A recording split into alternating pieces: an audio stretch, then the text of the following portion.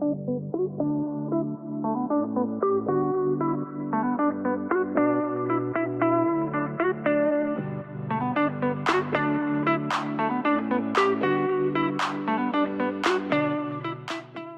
hello everyone, and my name is Bien King. I'm a co-founder of a London-based startup called Let's Reinvent. Our mission is to raise awareness and opportunities globally for women, youth, and people of underrepresented backgrounds to thrive in tech. We tackle the challenges by creating products such as podcasts and daily doses of inspirational quotes on our social media, as well as by offering mentorships, digital skills training workshop, and business incubation in collaboration with like-minded tech startups and organizations globally. Well, previously I worked as a program manager working with governments, INGOs, and companies in China and in Southeast Asia, the US, the UK, and EMEA region. And personally, I'm a keen backpacker, marathon runner, a poet, and like what Marcelo said, I'm a global shaper in the World Economic Forum community. And today I want to share with you a bit about myself. And after that, secondly, I will share with you the most remarkable milestones in my personal journey that led me to where I am today. And lastly, I would like to share with you the top 5 things that I learned in the last 10 years. I wish I knew when I was a teenager. So before anything else, I actually would want to ask some rhetorical questions to the young people watching or listening to this episode. So first is, are you unsure of what you want to do in your life? Second, are you feeling trapped and find little to no opportunities to reach your dreams? And thirdly, are you clueless of whether what you are doing is enough for a better and brighter future? If you answer 1, 2, or 3 yeses to these 3 questions, I was actually in the same place not so long ago. And in fact, I feel the same way even after reaching a lot of my personal goals. So a bit of a background, I was born and raised in the Philippines, and I come from a Chinese Filipino family with strong Roman Catholic roots. And life was rather predictable back home. And the unwritten rules were quite simple. So number 1, we must obey the words and wishes of our parents, and that's a full stop. Number 2, get a degree. And then 2.1, it's to secure a job whilst financially supporting your family, your sibling, or your younger siblings, if any. And also, more importantly, the 2.2 is to get married ASAP. And then the third one is to start a family before turning 30, right? So it's very simple and yeah, no pressure at all. So that's a bit of my background really growing up. And without disclosing too much of my rebellious past, I confess that I had the middle child syndrome, or perhaps I think it's most commonly known as being the black sheep of the family. But dare I say, it is a blessing in disguise because I was afforded the freedom to make my own personal choices without too much information or intervention, rather, from my family. My journey began at university when I chose to study international relations. And back then, I thought I would eventually pursue becoming a flight stewardess because I loved the idea of traveling for free. And I was obviously very naive and completely clueless about what I signed up for. And little did I know that the majority of my professors were retired Filipino diplomats. There were tons of political debates, of presentations about world history, culture, political theories, and I got the privilege to get the mentorship from very seasoned travelers and lifelong learners.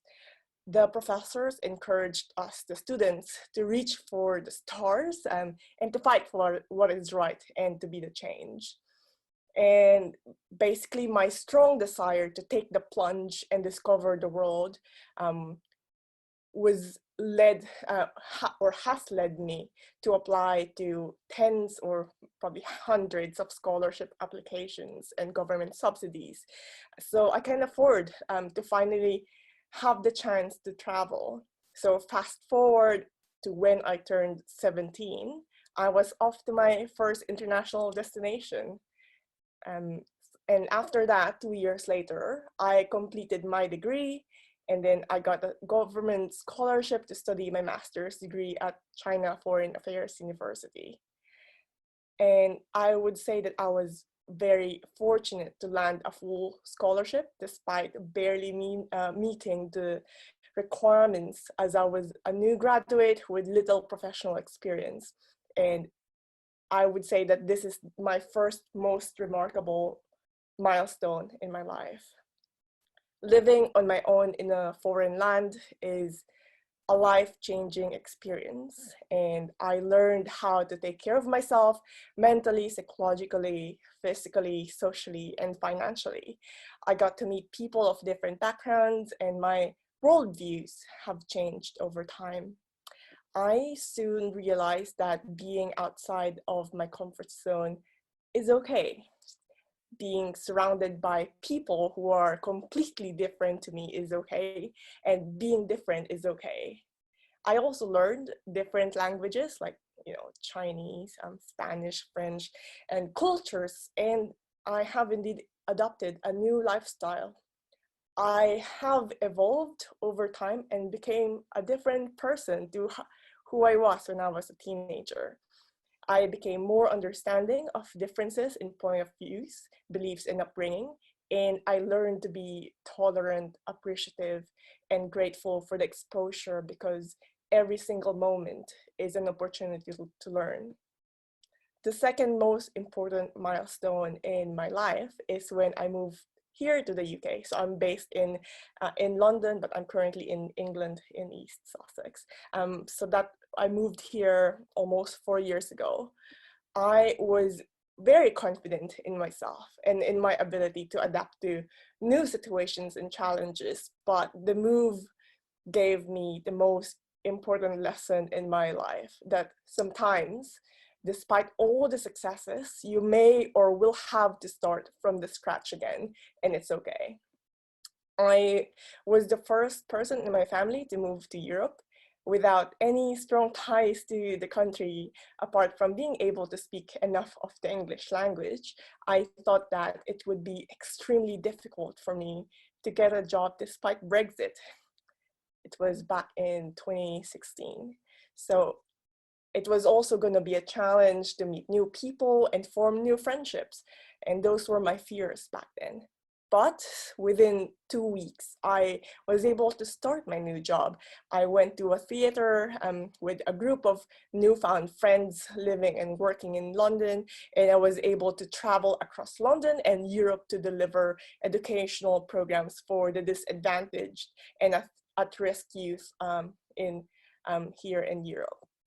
The third milestone, I would say, in my life is taking the leap and starting my own startup, because starting something on your own requires so much responsibility, resilience, and immense passion.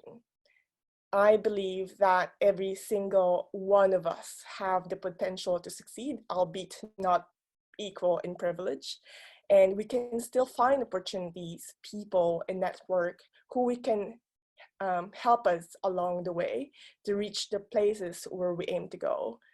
And to provide some answers to my earlier rhetorical questions regarding being unsure about what to do if you're feeling trapped and not having a clue on how to get better in life. So here would be my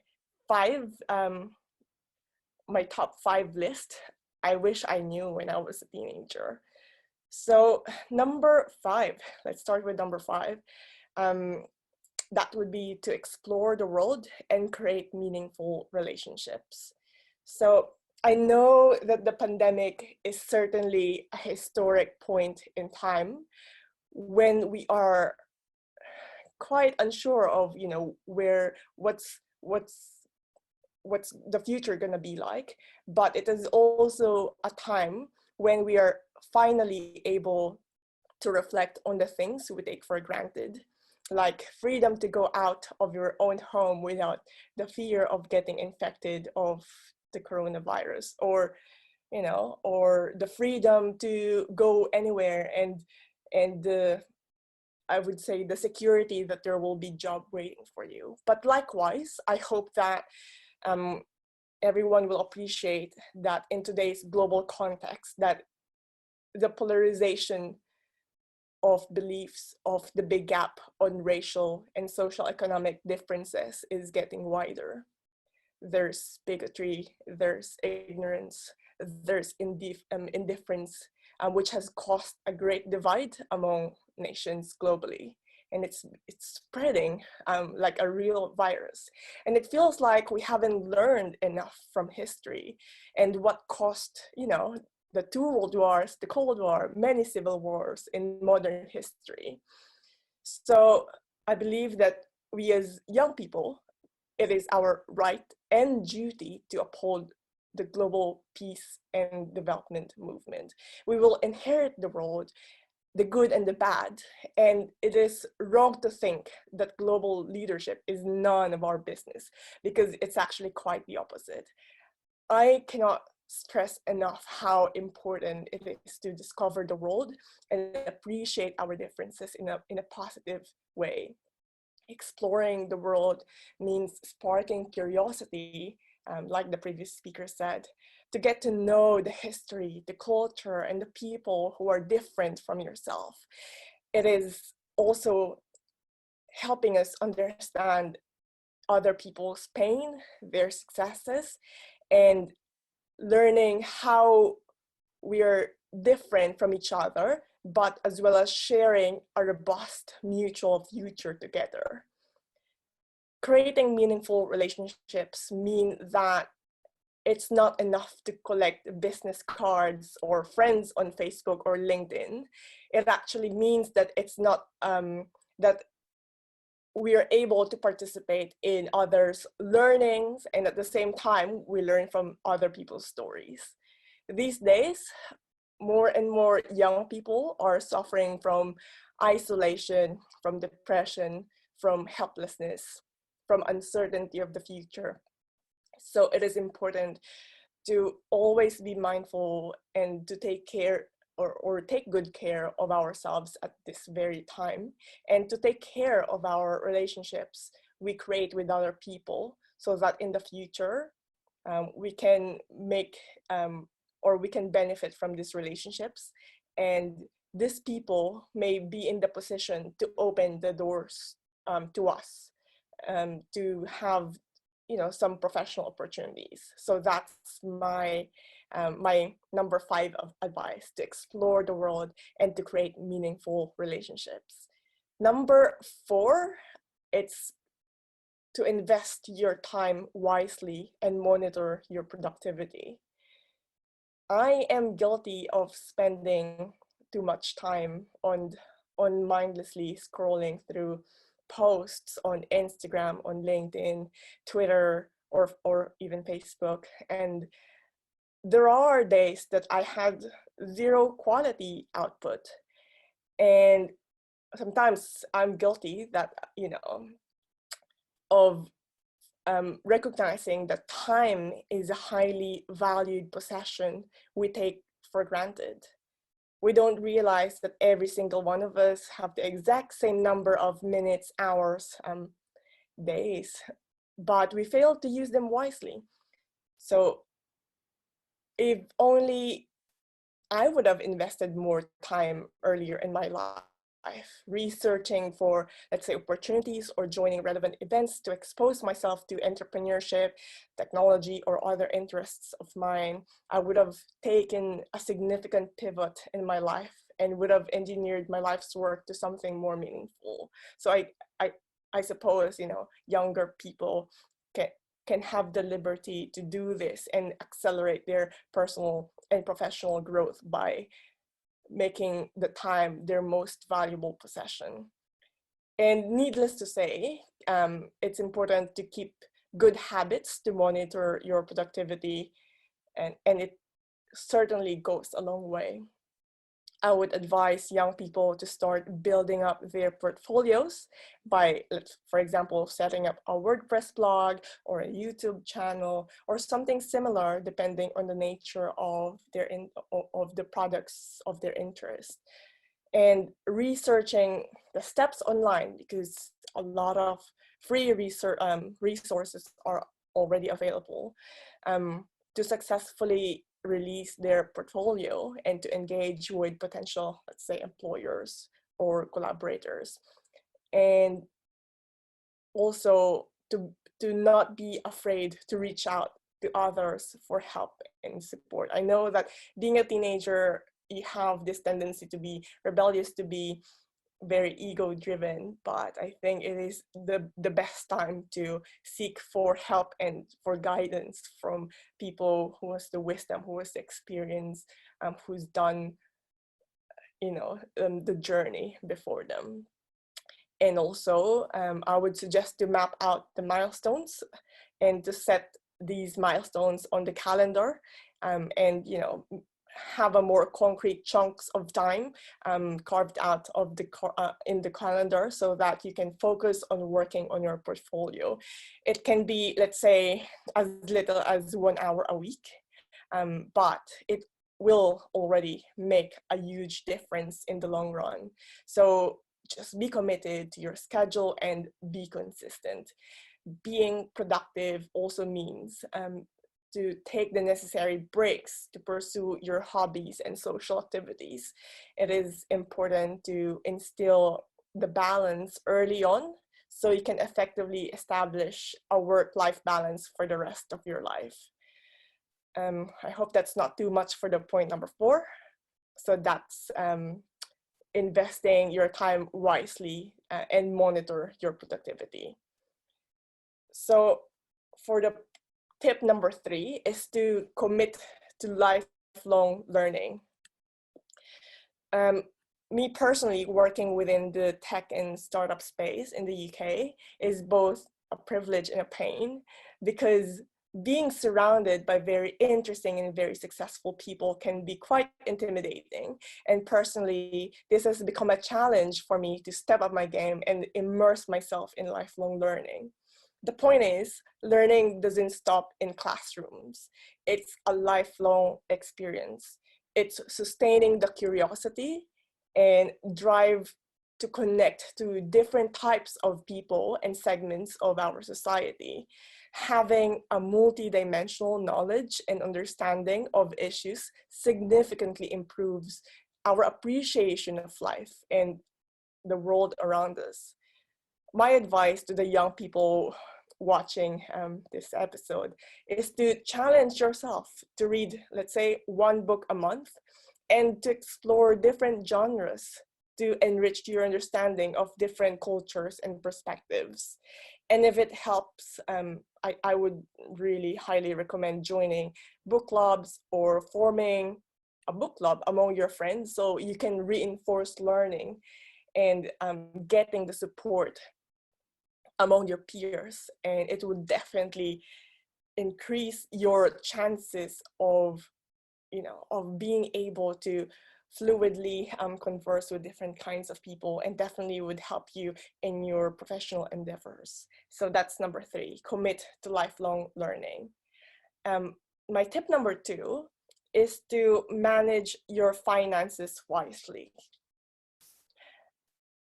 Before, when I was a teenager, I always blamed my parents and my school for not teaching me enough home economics, investments, savings, insurances, and credit cards.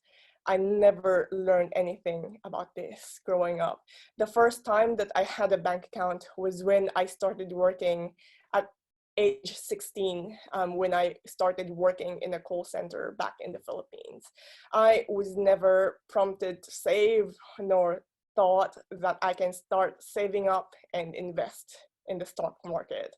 Like, none of it was existent.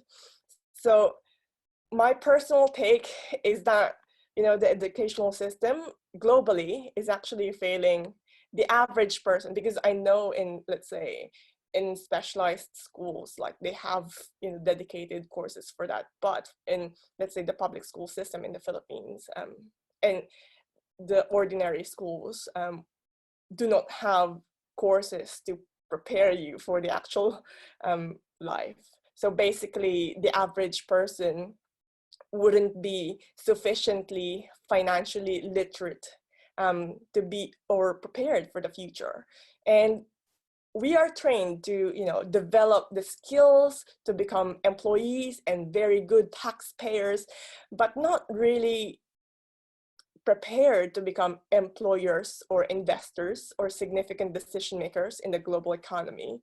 So now, these days, or in the past decades, the tuition fees in the US, in the UK, or across the globe is skyrocketing, and it might be worthy to consider different options and to widen the opportunities.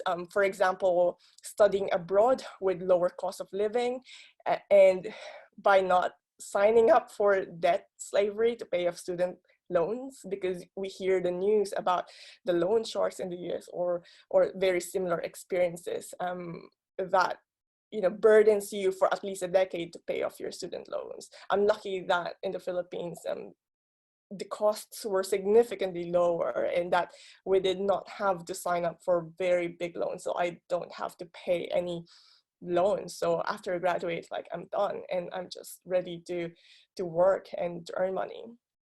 And yeah, basically the psychological burden of these loans may not be worthy, because graduating from a prestigious university does not really equate to good jobs.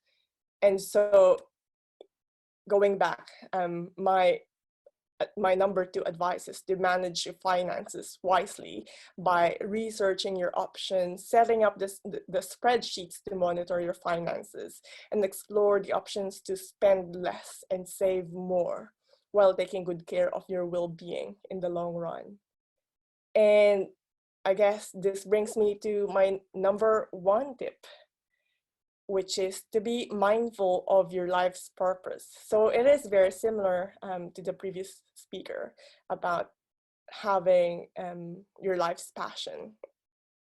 So for the young people out there, if you're stuck in a job or having an existential crisis or simply unmotivated to do anything, it's best to go back to square one. What makes you happy and fulfilled? I think it's best to think about that.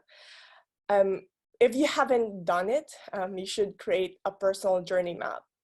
I think it helps, because it did help me a lot when I was about 20. I started doing my personal journey map at that age.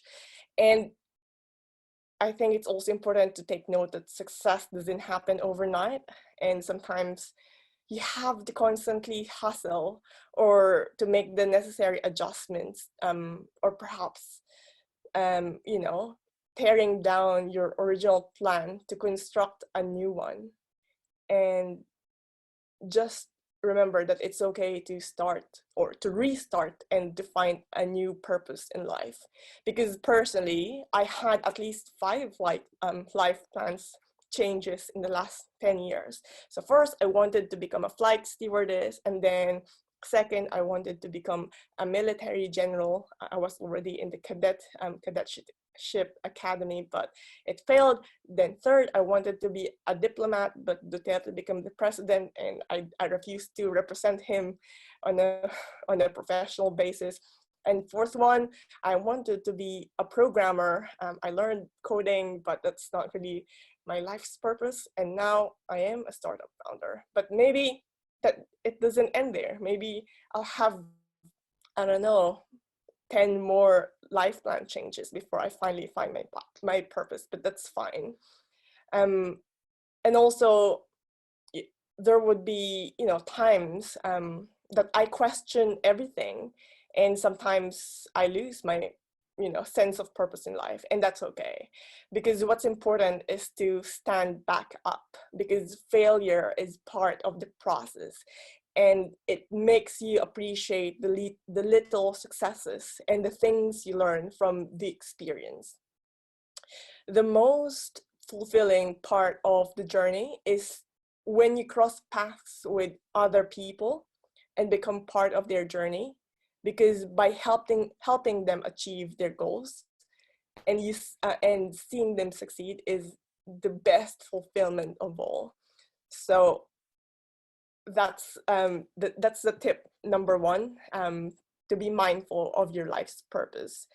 And lastly, before I end my speech, if you must ask one question to yourself to help you define your life's purpose, I would suggest asking yourself, how do you want to be remembered? So that's something to think about after the session. And yeah, and I want to thank everyone for listening. And if you have any questions, feel free to reach out to me. You can find me on LinkedIn or on other social media networks. And I wish everyone the very best.